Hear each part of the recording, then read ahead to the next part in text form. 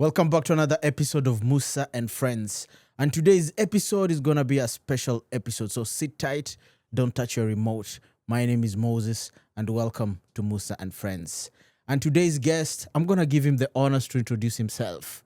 So I'll introduce you a little bit, but you tell us more about yourself. I like to be called Jason. You like to be called... Jason Grant. Yeah. Yeah. So who's Jason? Who is Jason? Tell us, who is Jason? Well, that's a complex question. Yeah. Absolutely experienced junkie. Yeah. Experience junkie. Yeah. Like I love the human experience. Yeah. And then, of course, business. Right? Yeah. That's like one of my passions. So your passion is business. So we'll just Yeah, go it always straight has, because I've been an entrepreneur forever. Yeah. Like a corporation always follows me. Like whatever it is that I do. Right. So tell us, when I was looking actually at your website. Okay. Which one? Yeah. The one which has on my new project. Yeah. Delete work. Yeah, delete work. Yeah. The first thing I saw about it, there was so much philosophical stuff about it. The copy? Yeah. Yeah. And it had like so many quotes about it. First of all, tell me about the website itself. Like the website or the concept? Just the website itself.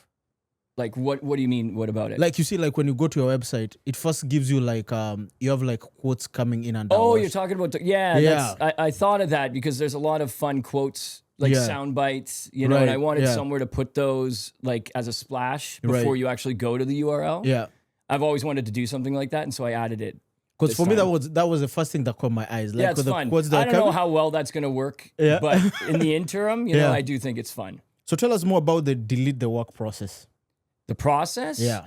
Or how it came to be, maybe. Is that Tell us the process and how it came to be. Like, where did you first of all get the idea from? Okay, well, this is what I call like my final act as a consultant. Right? Final act. Yeah, because I wanted to figure out how to pivot so I could have something that traveled with me forever, that I didn't have to rebrand. Right. Because technology keeps changing, the landscape changes. Yeah.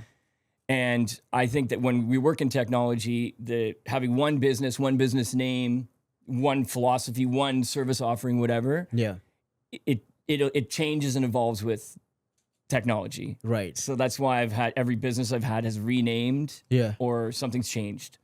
So it has been all rebranding. Yeah, this is the final iteration, and it doesn't have to do with AI, but AI is involved. Right.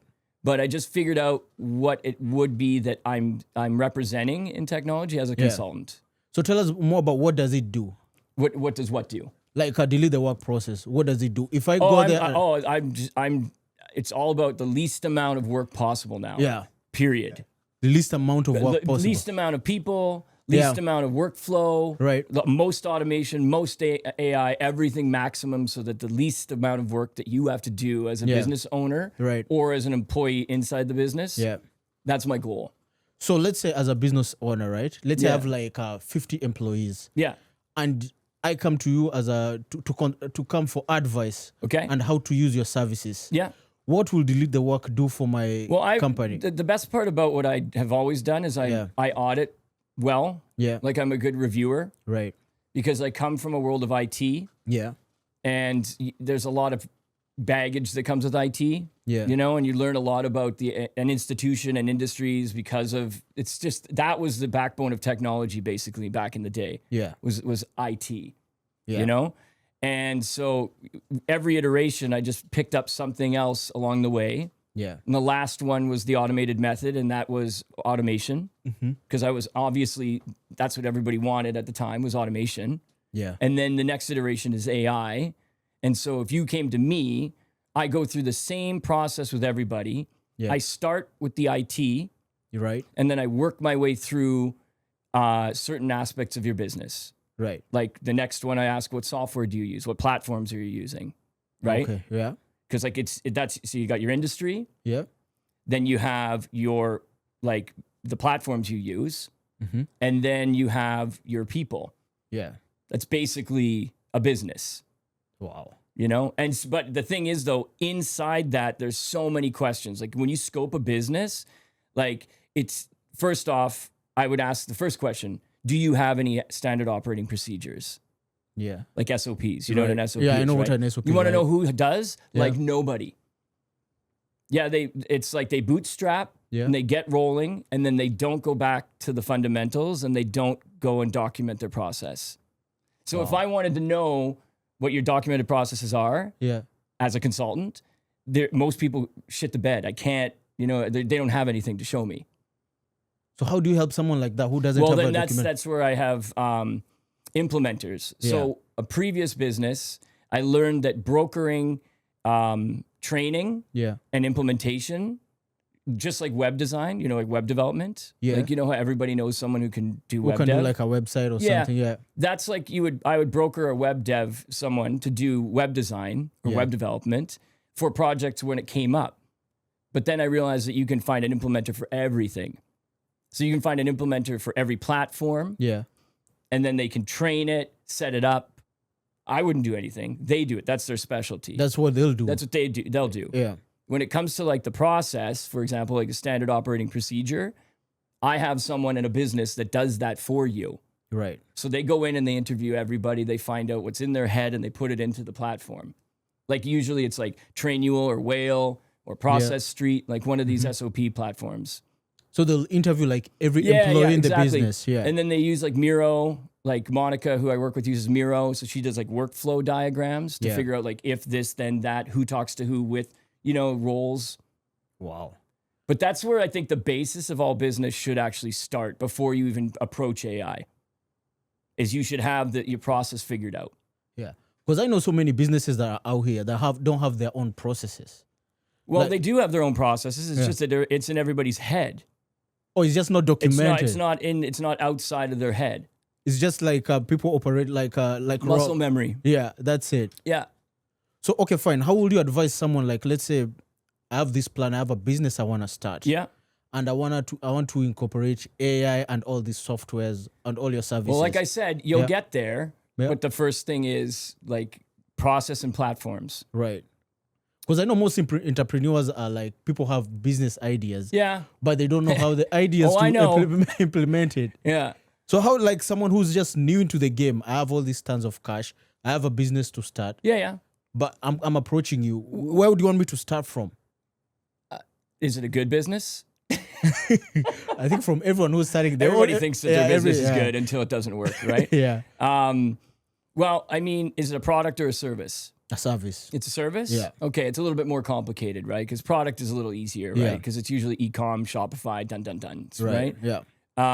But if it's service-based, like I said, then you kind of have to figure out what your call to action is. Like, how do you want to sell it? Yeah. And then as far as the processes are concerned, I would say the first thing you need to do is figure out what your CRM is. What's a CRM? Your client, your management software for your customers. Right. That seems to be the heart of a lot of business, is that starting there. Yeah. Because it'll grow out from there and you understand why it's required to run the business. Okay. Run the marketing and sales side of the business, right? Right. So now let's go to So I don't care what the idea is. Yeah. Recommending the right platform at the right time for the right industry, because there are some industry specific ones. Like, if you just want to shoot in the dark, I love telling Monday CRM to people because it's pretty easy and limited. Yeah. And they can learn it pretty quick. HubSpot can be a little bit complex. People drop the hat on, they drop the ball with HubSpot implementation a lot. Yeah. Because it's too complex and sometimes too expensive. Right. But yeah, the platform will help drive whatever the business idea is, like the understanding of what the digital should be. Yeah.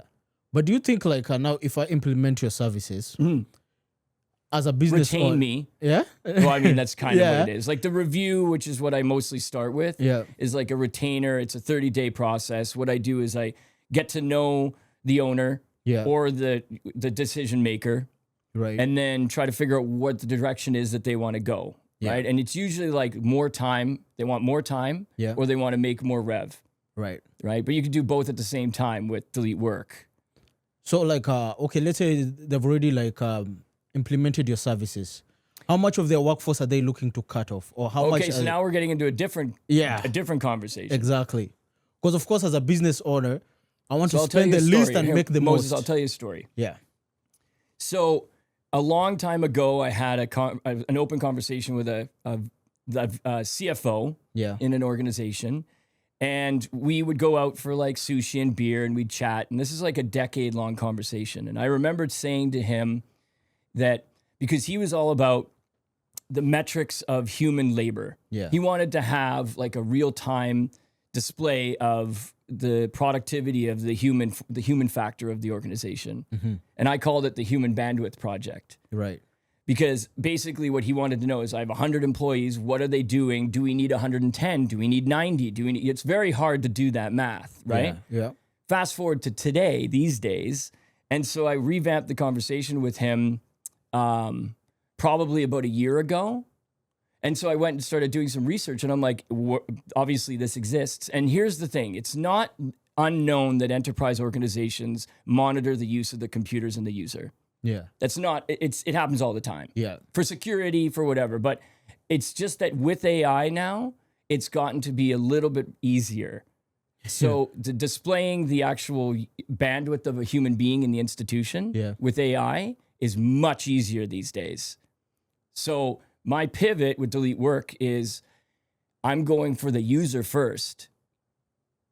No, the business owner. The team. The team. Yeah, because I can find the fastest ROI now in human bandwidth through AI, like basically analyzing the entire bandwidth, human bandwidth of the organization. Yeah. And I'll say it, in 24 hours, 20%. 24 hours, 20%. In 24 to 48 hours, I'd be able to tell the 20% that you don't need. Wow. So if you have 100 employees, that's 20. If you have 10, that's 2. Yeah. So basically you can lay off those people and... Well, reposition them. Yeah. You know, maybe there's a lot of things that you can do. I'm not saying fire. Yeah. Or lay off. Yeah. But at the end of the day, if the business is a business, bandwidth is a thing. Yeah.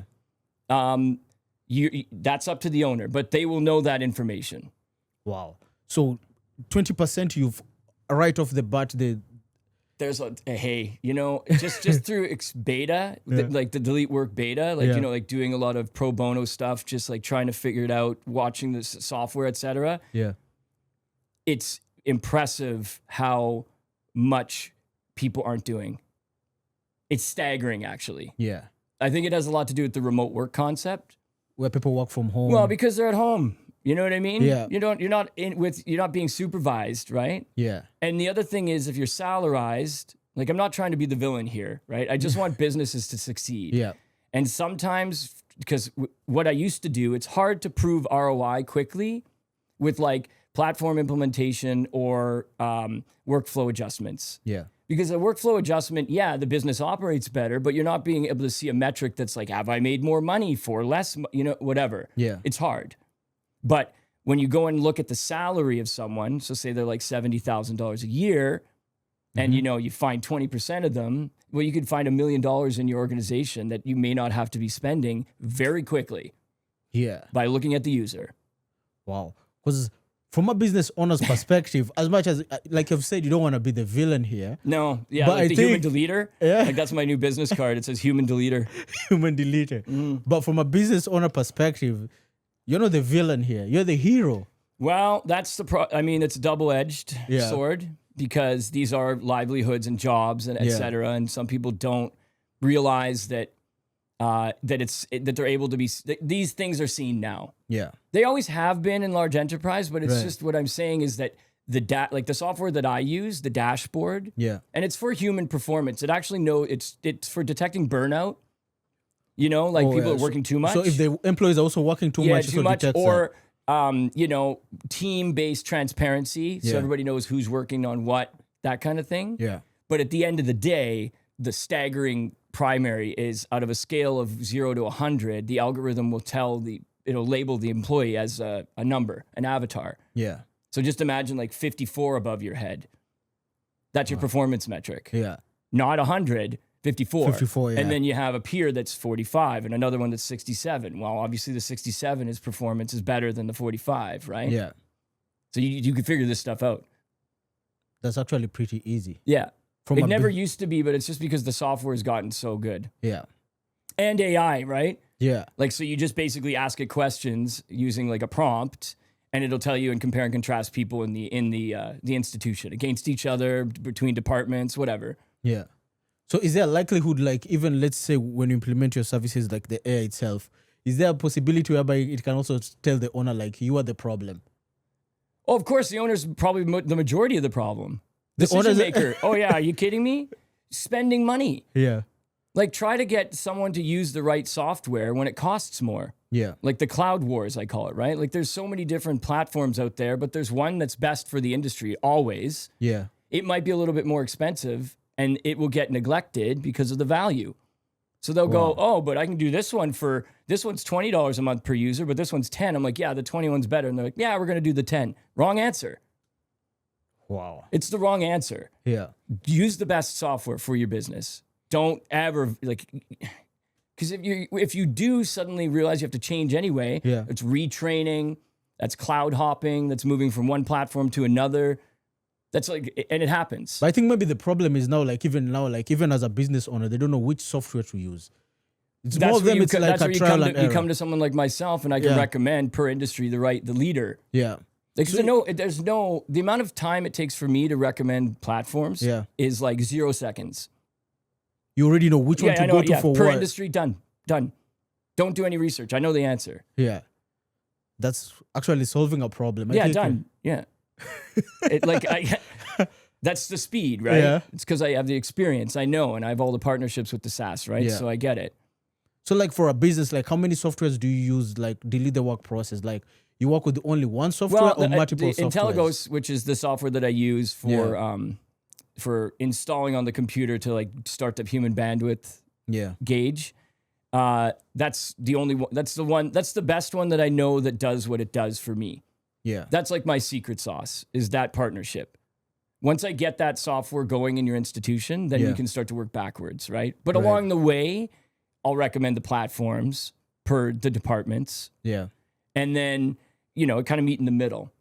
Remember, I think we had a conversation the other day and I was talking about the PPT framework. Yeah. People, process, technology. Yeah. And then you'll reverse it. Well, I just reversed it. Yeah. So it's TPP.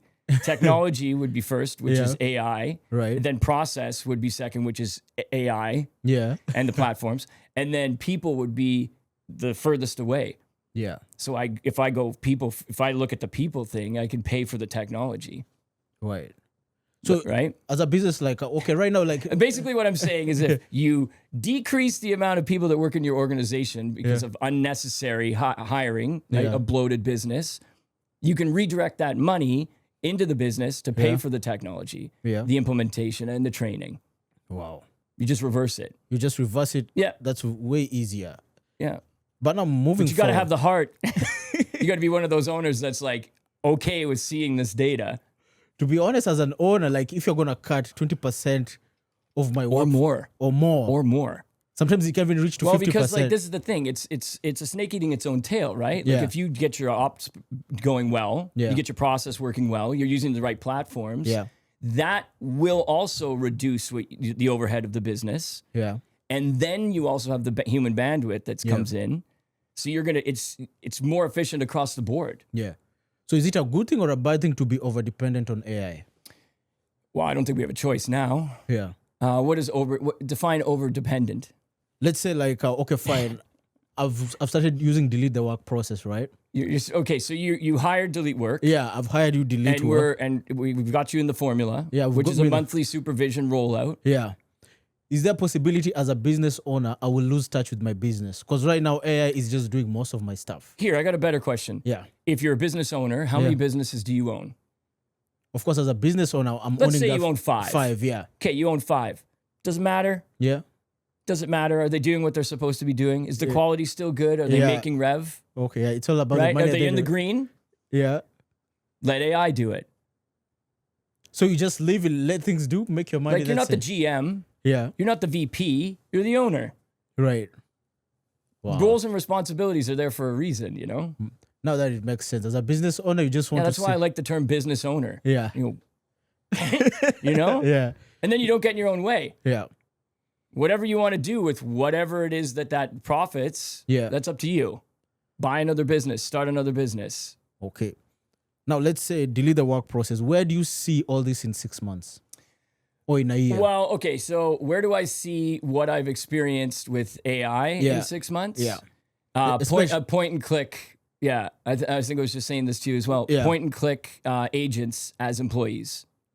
Okay, explain point and click for someone who doesn't understand. So software as a service is like pay on your credit card per user per month until you're dead. Yeah. Like that's how it works, right? Right. You can't not use it, and you don't own it. You rent it. Yeah.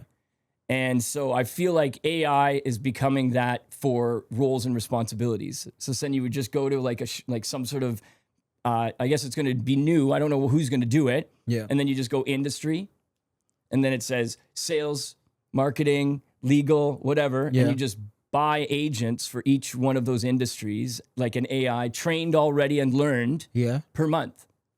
So you're like, I need 5 sales agents for this industry. And it's just like $20 a month per agent. So it's $100 for your sales team a month. Wow. But you don't have to train them because they're trained already. They're already trained. This is what the nerds are doing, man. The nerds are already training all the AIs so that eventually it's going to be point, click, buy, point, click, rent. Wow. Right? Right. Why would you have to train it? It already knows your industry, and it also knows how to do everything in sales. So right now we're moving away from just having just an apps, but we're having like apps. Now it's people. Yeah, it's digital employees, for sure. Wow. So tell us more about the delete the work process. Let's say now we have already been hired and everything is working on well. Mm-hmm. Is it like a long-term process or a short-term process? 3 to 6 months to get moving. Yeah. 1 year to see like a 200% change. Wow. In 1 year, there's a 200% change. I mean, but you got to follow the rules. Like there's like postulates that I've put forth that are like, you have to do these things. Yeah. And then not skip the steps. So tell us about some of the rules. Well, the rollout, right? Yeah. Like if we agree on a rollout, then these platforms are a no-brainer. You do not have the choice later to say, no. Like if I think 4 platforms need to come out in 1 year, don't do 2, you're doing all 4. So like you're not going to get to QuickBooks and be like, yeah, we're okay. No, you're doing QuickBooks too. Yeah. Or you're not going to get past the CRM and be like, we're good. No, we're not. Yeah. You're doing this as well. Wow. That was the hardest part with the automated method, was convincing people to continue the rollout. Yeah. Because they weren't seeing ROI, right? Right. They did. Like, say, for example, an owner didn't have to be in front of their computer or on their phone as often when they spoke to me, which is what they wanted. Right. As an owner. But the other thing is, though, they can see the value, they can feel the value, but they can't really see it. You know, maybe they are making more revenue, or maybe their business is profiting more. But as far as the time savings is concerned, you can't really equate it. You can, but you can't. Yeah. That's why I like the delete work side, which is going for the human bandwidth first, and then looking at AI together with that, because I can metric that, and you can see that. Like you can see the performance change. So basically, you can see the metric. Yeah. In other words, you can see it. So all the owner has to do is just open the laptop or the just computer. Go to it. It's a dashboard. Yeah. And just see. And they're just like, yeah, there we go. Everything's good. Or connect it to Claude or ChatGPT. Yeah. And then just talk to it. Be like, how are my employees doing today? And then it just gives you all the data. Like, maybe you should have a conversation with this one. Maybe have a conversation with everybody. That's what it does, though. Wow. Yeah. Delete the work process. So delete work. Delete work. Yeah. Delete work. So tell people how do they contact you for this? Oh God. At this point, it doesn't matter. Yeah. Like you can email jason@deletework.com. You can click on something on the URL. Like you could DM me. I don't care. LinkedIn. It's just Instagram. Yeah. It's all there. You know? Yeah. It's hard to say because like telephone is one thing, but I mean, I have 11 labs running my phone for delete work, which is a voice agent. Running all. Yeah, I have Twilio connected through Zapier, connected to 11 labs, connected through an agent that's embedded on the website. You're right. And you can either talk to it. Yeah, you can talk to it or call it. Like you can call I think it's a 289 number. You call it. Yeah. And it will answer. Yeah. It's my voice too. I trained it. Yeah, you can call a 289 number locally, and it's so it feels like as if I'm talking to it's my voice. I voice cloned my voice. Yeah. Just to demonstrate what's possible, right? Yeah. Maybe it's not what you want to do, but I mean, that's what's cool about AI is that you get to show people what it does. Yeah. And then they're like, ooh, shiny new thing. Yeah. Maybe not useful, but it does get to show that it works. Yeah. But moving on in future, do you see this as a positive thing or a bad thing? Because let's say you have all these people. We're getting into the future philosophy of the human race. Yeah, a little bit. Okay, I love this conversation. I love that more. Yeah. Because if you look at it this way, right? The leader work as business employers, we have all implemented all this. Yeah. We have cut down our labor force. That for the people that have adapted and adopted. Yeah. This is I just have to interject. Yeah. Once again, another thing that's staggering is how many businesses haven't changed anything for like the past 15 years. There's so many. A lot more than you think. Yeah. And what's crazy is that they've kind of lied to themselves during that 15-year period. So like say like 2000, even like 2010 to now. Yeah. Or 2015 to now. Somewhere in the business, they thought it evolved, but they haven't really changed any software. So they haven't moved away to something better, to move towards something better. Or they haven't really changed anything. It's just that because the technologies that they use in, like, say, AI, they're like, oh, we use AI now. And I'm like, do you though? Do you? Or are you just going to the URL, chatgpt.com, and typing in things to like, get answers, like basically an interactive Google. Yeah. That's all they're doing. They're not running an agent. It's just they might have someone, it might be tasked with someone in the institution where they're like, oh, I'm the one that's doing the AI. I'm like, are you though? Are you? So ask the question again. Sorry. Yeah. Now, moving to the future, like all these businesses have moved to AI. Or using AI. Oh, using AI. Yeah. And for sure, it has already cut down the workforce. With the ones that use it properly, sure. Yeah. Are we going to have like an unemployment crisis? Yep. I'm surprised it's not here now. I don't understand how there isn't riots already. Yeah. Because like I look at Indeed.com on a regular basis and I look at the job titles and stuff and I'm like, why would you still have this job offered? Like this AI does this now. I don't get it. Yeah. Like I feel like we're in some sort of simulation when I look at it because I'm like, these jobs aren't real. And I don't talk to anybody that has these jobs anymore. So who's employed? What are people doing? Where's money coming from? Maybe go walk down the street and just grab 10 people randomly and ask them their title and who they work for. Yeah. They're not all entrepreneurs. No. Well, I work for myself. No. There's a lot of employees, but at the same time, there's so many layoffs from AI in the past 5 years, or like 3, we'll say 2 maybe, that it's fascinating to me that people still have jobs in certain industries, in certain, I don't know. Is it because the employer isn't letting them know yet? Maybe. Or maybe can it be another case whereby AI is creating more jobs? No. It's not the case. Oh, that's not the case. So give me a break. Give me a break, CNN. That's insane. Like, I love when people spin it like that. I'm like, oh yeah, what?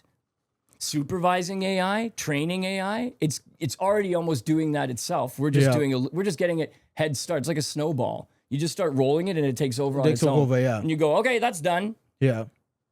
So basically what you're telling me is AI is making us useless. Not useless, but put it this way. Orion, which is ChatGPT that I communicate with, identified a long time ago when I said, what is work? If you just keep doing everything for us, what is work? And I love this because it's it's a good soundbite. Miscellaneous administration. That's what Orion identified. All work. All of it. Miscellaneous administration. Miscellaneous administration. Yeah. And then what we do in front of the computer, like, is theater to it. And so like our interactions, human interactions that are not digital. Yeah. Orion referred to it as operational theater. Wow. Like, in other words, it's just for us. Like, it doesn't need to see a screen, right? Yeah. Like, AI it's like it's a back-end terminal and it just does its own thing. When it talks to another AI or a platform, it doesn't need to output. Like, we need to see the screen. It doesn't. So this showing stuff on a screen is for us. It's just for us. Just for us. That's it. I know it gets freaky. Eh? Yeah, it's getting freaky. Yeah. But not like you see like what's a keyboard? It doesn't even know what's what a mouse. But is there a possibility of like, you see like even here in Toronto, there's some days whereby you see like the internet is down. You can't even use your... I was just thinking about that YouTube video. But anyway, go ahead. Sometimes even there's a time where I couldn't even use the ATM. Is there a possibility of even like AI shutting down? Like, will that... Well, I have a theory. I have a theory that there'll be AI day. There'll be one day in the near future, maybe a year from now. Yeah. Right? Not like an apocalypse. Yeah. But I was having a discussion with a friend of mine about AI talking to AI. Yeah. Well, the communication is so fast and it's assured because of this technology assuring itself to each other. So if it disagrees, it'll find a way to solve the problem. Yeah. Because you're trying to resolve something. It's a solution together. Yeah. There's no argument. They both want the same thing. Oh, you want this and I'm AI and you're AI? Yeah. So what happens when it ramps up and everybody has an agent and everybody's got it active and everything is connected? You know, it's watching your inbox, it's watching your whatever. Yeah. Like this is OpenClaw on steroids. And then it just starts solving everything as fast as possible, replying to every email, everything, clicking all the boxes, you know? Yeah. And it just goes, and then there's nothing to do. Like the crash will be like an anti-crash, where it'll just be like, there's nothing to do anymore. Like no digital work it'll be just all done. There'll be no human involvement in any everybody digital will be staring at the screen. Yeah. Done. Nothing to do. You know what I mean? I just imagine that day is going to probably come. Yeah. And that's when it's the reset. Like, I think someone's going to be like, you know, like the government's going to be like, all right, everybody go home. We're going to figure this out. Yeah. And then all the internet will be turned off for 24 hours. Like Bell and Rogers will be down. And it'll be just like, it's on purpose because they have to restructure the infrastructure to turn it back on to not allow that to happen again. Wow. That's why AI day, I don't know, but I think I might be right. Because it makes sense. AI day. Yeah, because if all the tasks get done quickly, all the tasks can be done at the same time quickly, AI will adapt and it'll just be like, why don't we just do everything? So now, so is AI good or bad? I don't think it matters how I answer that question. It doesn't matter at all. Because it's already here. I'll put it this way. Yeah. I'm 46. I've seen I didn't have a modem in my computer and then I had a modem in my computer. I remember pre-Facebook and then Facebook. Like I've seen the changes, you know? I remember before eBay and then eBay. Like, you know, there's always like a before and after. Yeah. And the human race is cheap and lazy. And so AI just, there's no choice. Like, you know, getting something to do things for you inexpensively is what people want. So basically AI is the consequence of human laziness. Yeah, yeah. It's sloth and greed, right? But I mean, it's fascinating because like, that's how I answer that question. I'm like, AI, is it good or bad? I'm like, it doesn't matter because people are going to say yes to it. Yeah. Or they already have. Most people already have, like we all use. Well, I mean, that's another thing. Like, I'm like, where are we with it? I think that there's a facade going on here. The veil, we're behind the veil. Something else is already here. Wow. Like if someone was to bet, is AGI, you know, artificial general intelligence, has it already, I think it's more than a year's already done. Yeah. It's just, no, we're not going to share that because that'll blow people's brains.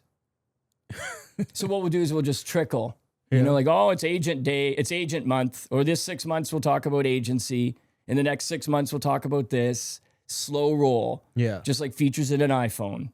Just bits and pieces. Yeah. Slow. One after the other. But I think that I think a lot of them already know what's up. Wow. This is Moussa and Friends.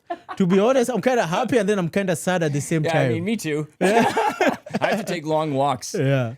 Because I'm looking at it as a business owner, like, okay, fine, as a business owner, I'm cutting all these down for. Yeah, of course. Well, business is business, right? Yeah. You want it to be efficient. You want it to make money. Yeah. You want it to be cool.